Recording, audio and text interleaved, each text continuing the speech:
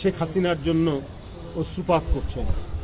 তাদের মনে রাখা উচিত তিনি হেলিকপ্টার নিয়ে নিজে পালিয়েছেন, তার বোনকে নিয়ে, তার আত্মীয় স্বজন সব পালিয়েছে। আর আপনারা যারা নেতাকর্মী সামান্য একটু খুঁতকুড়ের জন্য দেশনেত্রী বেগম খালেদা জিয়াকে কোনো অবস্থায় না পেরেছে এরশাদ, না পেরেছে হাসিনা, না পেরেছে মঈনুদ্দিন ফখরুদ্দিন। কিন্তু আপনি দেশের পরিস্থিতি এবং আপনার অন্যায় অবিচারের কথা ঠিকই জানতেন যে জনগণের স্রোত ধেয়ে আসবে, জনগণের ক্ষোভের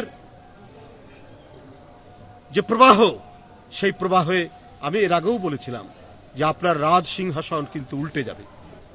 ঠিকই উল্টে গেছে, কিন্তু পালিয়ে গেছেন আপনার বন্ধু প্রতিম দেশে নিজের আত্মীয় স্বজন সহ। এ তো কাপুরুষের কাজ। আওয়ামী নেতাকর্মীরা এটা কি দেখেন না? নিজের আত্মীয় স্বজন, নিজের ছেলে মেয়ে, নিজের বোনকে পার করে নিয়ে গেলেন আর আপনাদেরকে ফেলে চলে গেলেন। এই 17-18 বছর ধরে গণতন্ত্রকামী মানুষ, প্রতিবাদী মানুষের উপর যুবলীগ, ছাত্রলীগের পোশাক পরে বা তাদের আশ্রয়ে, অথবা আপনারা নিজেই ছাত্রলীগ যুবলীগ হয়ে কত যে নির্যাতন করেছেন, কত যে রক্তাক্ত করেছেন, আর আজকে মায়া কান্না কাঁদছেন তার জন্য। তাকে জিজ্ঞেস করুন যে আপনি আমাদেরকে ফেলে গেলেন কেন? আপনার আত্মীয় স্বজনরা পালালো কেন? আমাদেরকে তো সঙ্গে নিয়ে গেল না। আমি আওয়ামী লীগের ওই সমস্ত নেতাকর্মী এখন অন্ধকারে বসে তার জন্য মায়া কান্না কাঁদছেন, তাদেরকে বলি, আপনি আপনার নেত্রীর সাথে তো কথা হয়, দেখলাম একজন জেলার সাধারণ সম্পাদক কথা বলছেন। আপনাদেরও বলি যে আপনি আপনার আত্মীয় স্বজনকে নিয়ে গেলেন, বোনকে নিয়ে গেলেন, আপনার পুত্র তো আগেই থাকে বিদেশে, আপনার কন্যা থাকে বিদেশে, আপনার আরো যে আত্মীয় স্বজন আমরা জানি কোথায়, সেই লিটন, কোথায় শেখ হেলাল, কোথায় শেখ তন্ময়, কোথায় শেখ সেলিম, তারা তো কেউ বাংলাদেশে নেই। আত্মীয় স্বজনকে নিরাপদ করে আপনি চলে গেলেন জনগণের আন্দোলনের দুর্বার স্রোতে। নেতাকর্মীদেরকে ফেলে গেলেন কেন? পৃথিবীর যারা অসীম সাহসী নেতৃত্ব এবং যারা দেশপ্রেমিক হয়, তারা নিজের দেশ নিজের নেতাকর্মীকে ফেলে যায় না। বেগম খালেদা জিয়াকে পেরেছে, দেশনেত্রী বেগম খালেদা জিয়াকে মঈনুদ্দিন ফখরুদ্দিনরা কত চেষ্টা করেছে, কিন্তু আপনাকে চেষ্টা করে সফল হয়েছে। পরে তিনি শেখ হাসিনা অভিমান করে বললেন ফখরুদ্দিন মঈনুদ্দিনকে যে উনি গেলেন না, তাহলে আমি ফিরে আসবো। উনি গেলেন না, উনার অদম্য দেশপ্রেম, উনি গেলেন না, উনার এক গভীর ভালোবাসা জনগণের প্রতি। তাই দীর্ঘ 6-7 বছর কারাগারের মধ্যে রোগে শোকে দীর্ণ হওয়ার পরেও তার কণ্ঠ, তার সাহস, তার উদ্যম, দেশের প্রতি ভালোবাসা।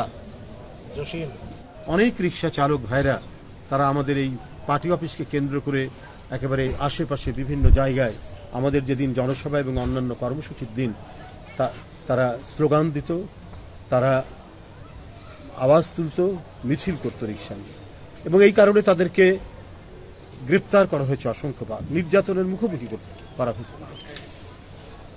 এইবার এক প্রবল বাঁধ ভাঙা শিশু কিশোরের নেতৃত্বে গণতন্ত্রকামী মানুষের আকাঙ্ক্ষার প্রতিনিধি হিসেবে ছাত্র জনতার এই আন্দোলন যখন বিজয়ের মুহূর্তে, ঠিক সেই সময় মোহাম্মদ কামাল সহ 8জন রিক্সা চালক পৃথিবী থেকে চলে গেছে। এরা গণতন্ত্রের বিজয় পুত্র, এরা গণতন্ত্রের এক অনন্য সাধারণ, এক অসাধারণ সারথি। এদের চালিত রথেই গণতন্ত্রের পতাকা উড়েছে। বন্ধুরা আমার, আজকে পতিত স্বৈরাচার পালিয়ে গিয়ে কত কথা তিনি বলছেন সেখান থেকে।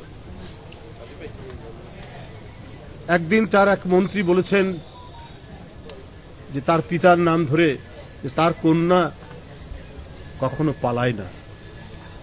তো পালায় না, তো আমরা তো তার রাজনৈতিক জীবন, শেখ হাসিনার রাজনৈতিক জীবনে পালানো ছাড়া আমরা বীরত্বের কিছু দেখিনি।